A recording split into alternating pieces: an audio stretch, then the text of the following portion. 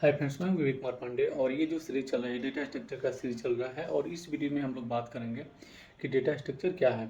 इसके पहले जो वीडियो था उसमें हम लोगों ने बेसिक बहुत सारी चीज़ें देख ली थी, जैसे कि डेटा क्या है और वेरिएबल्स क्या है, डेटा कितने टाइप के होते हैं और डेटा का कौन कौन सा टाइप होता है, ये सब चीज़ें हम लोग जान चुके हैं। अब हम लोग जो इसमें डेटा स्ट्रक्चर क्या है, एग्जैक्ट डेटा स्ट्रक्चर का क्या मतलब है, इसको हम लोग यहाँ पे समझते हैं। तो यहाँ पे जैसे कि आप लोग पिछले वीडियो में देखा था कि पहले कि डेटा क्या है, उसके बाद हम लोग समझने वाले थे कि डेटा स्ट्रक्चर क्या है। तो जैसे कि मैंने पिछले वीडियो में बोला था, अगर आपने पिछले वीडियो नहीं देखा है तो पिछले वीडियो जो है वो जाकर आप जरूर देखिए, तो आपको ये जो डेटा स्ट्रक्चर वाला ये वाला जो वीडियो है ये आपको ज़्यादा समझ में आएगा। तो एक बार हम लोग उस पर लाइट डाल लेते हैं क्या है। तो डेटा वो चीज़ है जो कंप्यूटर में आपके कोई भी चीज़ है जैसे कि आपका सॉन्ग हो गया, वहाँ पे कोई अपने मूवी रखा है, कोई फाइल्स रखा है, कोई पीडीएफ रखा है, जिसको कंप्यूटर यूज कर सकता है, जो कि डिजिटल फॉर्मेट में रखा हुआ है आपके सिस्टम में, उसको बेसिकली हम लोग बोलते हैं डेटा। अभी यहाँ पे हम लोग समझते हैं कि डेटा स्ट्रक्चर क्या है। तो देखिए यहाँ पे जो एग्जांपल दिया हुआ है वो इस तरह से है कि data structure is a particular way of organising and storing data into computer so that it can be accessed and used efficiently. It define the relationship between data and the operations that can be performed on the data। तो इसका basic क्या मतलब है ये मैं आपको समझाता हूँ। ये तो हो गया स्ट्रक्चर, ठीक है। डेटा स्ट्रक्चर का मतलब है कि अपने डेटा आपने देख लिया कि डेटा क्या है। जो भी डेटा है, आपका फाइल है, आपका इमेज हो, उसको आप कंप्यूटर में रखे हुए हैं, लेकिन उसको आप कैसे भी रख सकते हैं। एक आप होता है कि आप एक ऑर्गेनाइज्ड वे में रखेंगे या फिर आप डीऑर्गेनाइज्ड वे में रखेंगे। ये भी हम लोग देख चुके हैं डेटा कितने टाइप का होता है, ठीक है। तो अगर आप सपोज मान लीजिए कि आपके पास इमेजेज हैं और इमेजेज का अलग अलग टाइप है, ठीक है, जिसमें कि सपोज मान लीजिए कि एक इमेज हो गया जो कि आपका वॉलपेपर से रिलेटेड है, एक इमेज हो गया जो आपका पर्सनल इमेज है, एक इमेज है जो आप कहीं ट्रिप पे गए हुए हैं उसका इमेज है, ठीक है।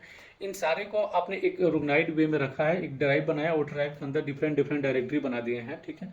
और उसमें इस इमेज को रखें, और इमेज क्या है, इमेज एक डेटा है, लेकिन आप इसको एक स्ट्रक्चर दे रहे हैं कि ये जो मेरा पर्सनल इमेज है वो एक अपने स्पेसिफाई कर दिया, लाइक ड्राइव 1 जिसमें आपका जो पहला इमेज है वो रहेगा, ठीक है। ड्राइव 2 में आपने रख दिया जो आपका ट्रिप है, या फिर आप जो डायरेक्टरी का नेम है वो दे सकते हैं, जैसे कि माई ट्रिप, ठीक है।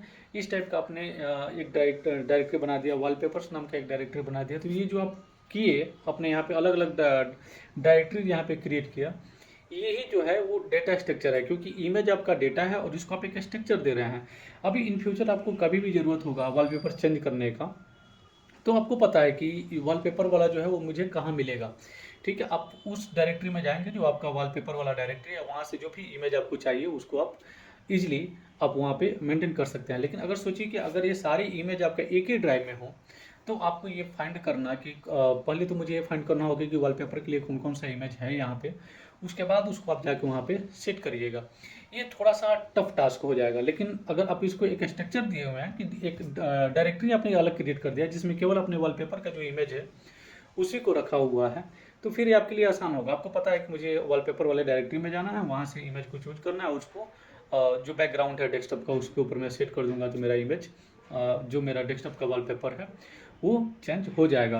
तो बेसिकली ये जो डिफिनीसन है वही बोल रहा है कि डेटा स्ट्रक्चर का मतलब ये है कि आप इसको स्टोर करेंगे अपने कंप्यूटर में और एक ऑर्गेनाइज्ड वे देंगे जहाँ से आप इजीली इसको एक्सेस कर पाएँ और इसका इफिशिएंटली आप इसका यूज कर पाएंगे, ठीक है। इसी defined the relationship between data and the operations. Obviously ये एक रिलेशनशिप बना रहा है जो कि आपका डेटा है और ऑपरेशन के बीच में, जो आप ऑपरेशन करने जा रहे हैं और जो डेटा है उसके बीच में ये एक रिलेशनशिप बना है कि यहाँ जाके आप इसका यूज कर सकते हैं और ये बहुत ही ईजी है, ठीक है। अभी हम लोग देखते हैं कि डेटा स्ट्रक्चर इंपॉर्टेंट क्यों है, ठीक है। इतना से आपको पता चल गया है, कुछ तो आपको पता चल गया है, जैसे कि आप अगर कंप्यूटर में रखे हैं, ठीक है, तो आप इसको काफ़ी आसानी से आप इसका यूज कर सकते हैं। सपोज मान लीजिए कि मैं एक एग्जांपल दे रहा हूँ एक लाइब्रेरी का, ठीक है। आप जब भी लाइब्रेरी में जाएंगे तो वहाँ पे बहुत सारी किताबें होती है, जैसे फिक्शंस होते हैं, नॉन फिक्शंस होते हैं, स्टोरी होते हैं, राइट। इसी तरह का अलग अलग कैटेगरी होते हैं और वहाँ पे लाइब्रेरी में जो ये कैटेगरी है, ठीक है, वो सबके लिए अलग अलग कैटेगरी बनाया होता है कि यहाँ पे जो नॉन फिक्शन का बुक मिलेगा, यहाँ पे फिक्शंस का केवल बुक मिलेगा, यहाँ पे आप जाओगे तो केवल नॉवेल्स का बुक मिलेगा, यहाँ पे आपको जो स्टोरी जो होते हैं, ठीक है, उनका केवल आपको बुक मिलेगा, ठीक है। अभी जब आप किसी भी लाइब्रेरी में किसी भी स्टाफ से आप बोलते हो कि मुझे एक फिक्शन का बुक लगा दे दो, सपोज मान लीजिए कि रिच डैड पुअर डैड एक बुक है, ठीक है, तो ये नॉन फिक्शन बुक है, ठीक है। अगर उसको चाहिए तो क्या करेगा, वो स्टोरेज में नहीं जाएगा, ना ही नॉवेल्स में जाएगा, उसको पता है कि नॉन फिक्शन बुक है, तो फिर नॉन फिक्शन वाले जो कैटेगरी है उसमें जाएगा, वहाँ से वो आपको बुक ला के दे देगा। लेकिन अगर सोचिए कि अगर सारे बुक एक ही पास हो तो उसको कितना मुश्किल होगा वो फाइंड करना, सारे बुक में से सिर्फ एक ही टारगेट होगा उसका, रिच डैड को फाइंड करना, और ये काफ़ी मुश्किल हो जाएगा उस टास्क को कंप्लीट करना। लेकिन अगर उसने वहाँ पे डिफरेंट डिफरेंट कैटेगरी हैं तो वो डायरेक्ट उसी कैटेगरी में, उसी सेक्शन में जाएगा जहाँ पे इस टाइप के जो भी कैटेगरी हैं, उस टाइप के जैसे नॉन फिक्शन वाले बुक्स हैं वहाँ पे मिलेंगे, उसको ला के वो आपको देगा। ठीक है। ये सेम चीज़ यहाँ पे है कि वाई डेटा स्ट्रक्चर इम्पोर्टेंट। यहाँ पे मैंने कुछ दिया हुआ है, जो कि 5 दिया हुआ है मैंने, 5 रीजन। ठीक है। पहला इसमें ये है efficiency, they enable efficient storage and retrieval of data which is essential for optimising the performance of algorithms and programs. ठीक है।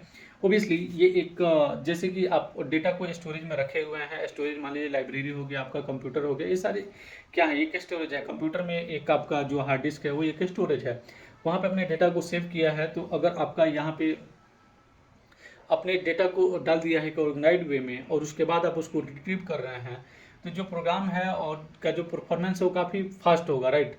अगर सपोज अगर आप फाइंड कर रहे हैं, सर्च कर रहे हैं कहीं पे, और एक डायरेक्टरी के अंदर करना है जिसमें केवल वॉलपेपर से रिलेटेड है, तो उसमें उसमें आसान होगा उसको सर्च करना। इसके बजाय कि आपके पास पूरी इमेजेज हैं, पूरी इमेजेज की लिस्ट में से आप उसको फाइंड करने जा रहे हैं, तो ये काफ़ी मुश्किल होगा और ये काफ़ी टाइम टेकिंग भी होगा सिस्टम, तो ये काफ़ी टाइम टेकिंग होगा सिस्टम के लिए भी।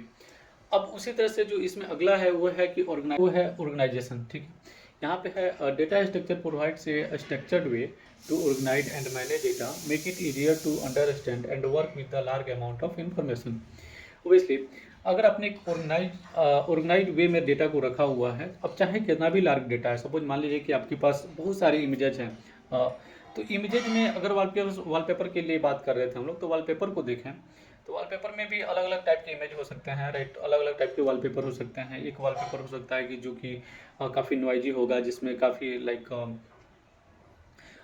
एनिमेशन वगैरह होंगे, काफ़ी सारे लाइंस क्रिएटेड होंगे। ठीक है। एक हो सकता है, एक हो सकता है आपका कि एक नेचर का जो है वो है, एक है कि आपका सिटीज का है। इस टाइप के अलग अलग जो कैटेगरी है वो भी इमेजेज में, वॉलपेपर में भी हो सकते हैं। ठीक है। तो आप उसको भी एक कैटेगरी में रख सकते हैं और उसमें जितना भी चाहे आप इमेज को, ठीक है, उस वे में आप वहाँ पे स्टोर करेंगे। उसके बाद अगर आपको वहाँ पे चाहे जितना भी हो इमेज, ठीक है, उसमें से फाइंड करना आपके लिए आसान होगा और समझना भी काफ़ी आसान होगा कि मुझे इस टाइप का इमेज चाहिए तो मुझे यहाँ पे जाना है। ठीक है। अभी चाहे कितना भी आपके पास डेटा हो, एक ऑर्गेनाइज्ड वे में है तो आपके लिए वो समझना आसान है, क्योंकि आपने एक स्ट्रक्चर उसको दिया हुआ है। सेम चीज़ अगर यहाँ पे देखें तो रीयूजेबिलिटी यहाँ पे ये है कि अगर आपके पास common data structure can be reused in the multiple application, saving time and effort into the development.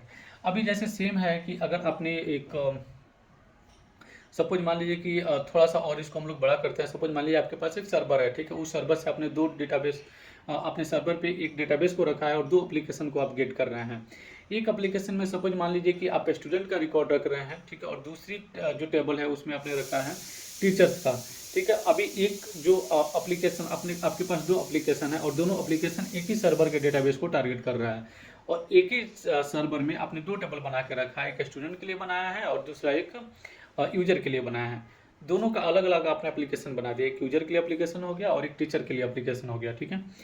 अभी क्या होगा कि जब भी टीचर वाला एप्लीकेशन ओपन होगा, ठीक है, तो वो क्या करेगा कि टारगेट करेगा टीचर वाले टेबल को, और यूजर अगर कोई भी यूजर अगर एप्लीकेशन ओपन करता है तो यूजर वाला जो एप्लीकेशन है वो टारगेट करेगा यूजर वाले एप्लीकेशन को।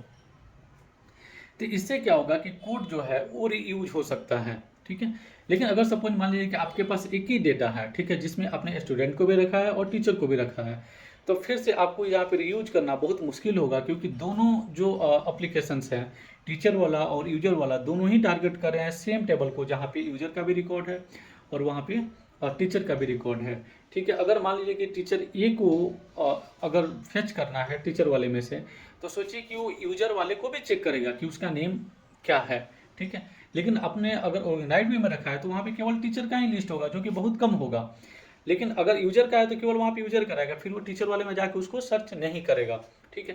तो इस तरह से है तो आप इसका कोड का रीयूज भी कर सकते हैं, राइट। अगर दूसरे एप्लीकेशन में भी जाना है तो वहाँ भी आप यूजर को ही टारगेट करना है तो भी आप यूज कर सकते हैं। तो ये एक फ़ायदा है आपका डेटा स्ट्रक्चर का यहाँ पे, ईजी टू मेंटेनेंस। अगेन वही चीज़ जो हम लोगों ने बात किया, well design data structure can lead to cleaner and more maintainable code by providing a clear structure of organising and access data. Okay, same चीज़ यहाँ पे है कि अगर आपने एक स्ट्रक्चर मेंटेन किया है, अपने एक जो डेटा है उसको आपने एक स्ट्रक्चर दिया हुआ है, तो वो काफ़ी क्लीन होगा, क्योंकि जैसे कि हम लोग बात करते आ रहे हैं 2 टेबल के लिए, एक यूजर का है और एक टीचर का है। तो ये क्लीन होगा कि भाई यूजर का डेटा कहाँ रहेगा मुझे और टीचर का डेटा कहाँ रहेगा, एक्सेस भी करना आपको इसके लिए काफ़ी आसान है। और जो चौथा पांचवा है यहाँ पे optimised memory usage. Same thing है यहाँ पे कि अगर आपने एक स्ट्रक्चर भी में रखा है तो आप जो मेमोरी है उसका काफ़ी अच्छे से आप यूज कर सकते हैं। ठीक है, इसके बजाय कि आपने एक ही टेबल में सारे चीज़ को रखा है, एक ही प्लेस बना दिया उसमें सारे चीज़ को रखा है, तो उतना अच्छे से आप उसको ऑर्गेनाइज नहीं कर सकते हैं जितना कि आप एक स्ट्रक्चर दे के आप किसी भी डेटा को या किसी भी रियल लाइफ किसी भी एग्जांपल को आप उठा के ले लीजिए। अगर सपोज मान लीजिए एक बैग ही है, ठीक है, तो उसमें अगर आप एक स्ट्रक्चर में रखते हैं, कपड़े जो क्लोथ आप रख रहे हैं उसको अगर आप फोल्ड करके रख रहे हैं तो एक स्ट्रक्चर उसका मेंटेन रहेगा। लेकिन अगर आप ऐसे ही रख रहे हैं तो फिर उसका एक स्ट्रक्चर मेंटेन नहीं होगा और वो स्पेस जो है वो एक्चुअल स्पेस जो यूटिलाइज होना चाहिए वो भी नहीं होगा वहाँ पे। तो स्ट्रक्चर डेटा स्ट्रक्चर का ये बेनिफिट है। ठीक है, और डेटा स्ट्रक्चर आई होप कि आपको समझ में आया कि डेटा स्ट्रक्चर क्या है। डेटा को एक स्ट्रक्चर देने को ही हम लोग डेटा स्ट्रक्चर बोलते हैं, जिसमें कि हम लोग डेटा को स्टोर कर सकें हैं और उसको इफ़िशिएंट वे में उसको हम लोग डेटा को गेट कर सकें और उसका यूज हम लोग कर सकें या फिर उसको मैनिपुलेट कर सकें इन फ्यूचर अगर अपडेट करना है या डिलीट करना है तो ये हम लोग इजीली इसको कर सकें, उसी को हम लोग बोलते हैं डेटा स्ट्रक्चर। तो आई होप कि वीडियो आपको काफ़ी समझ में आया। अगर नहीं समझ में आया तो नीचे हमको कमेंट करके जरूर बताइए। वीडियो अच्छा लगा तो वीडियो को लाइक करिएगा। Thanks for watching this video. मिलते हैं नेक्स्ट वीडियो में, तब तक के लिए टेक केयर, बाय।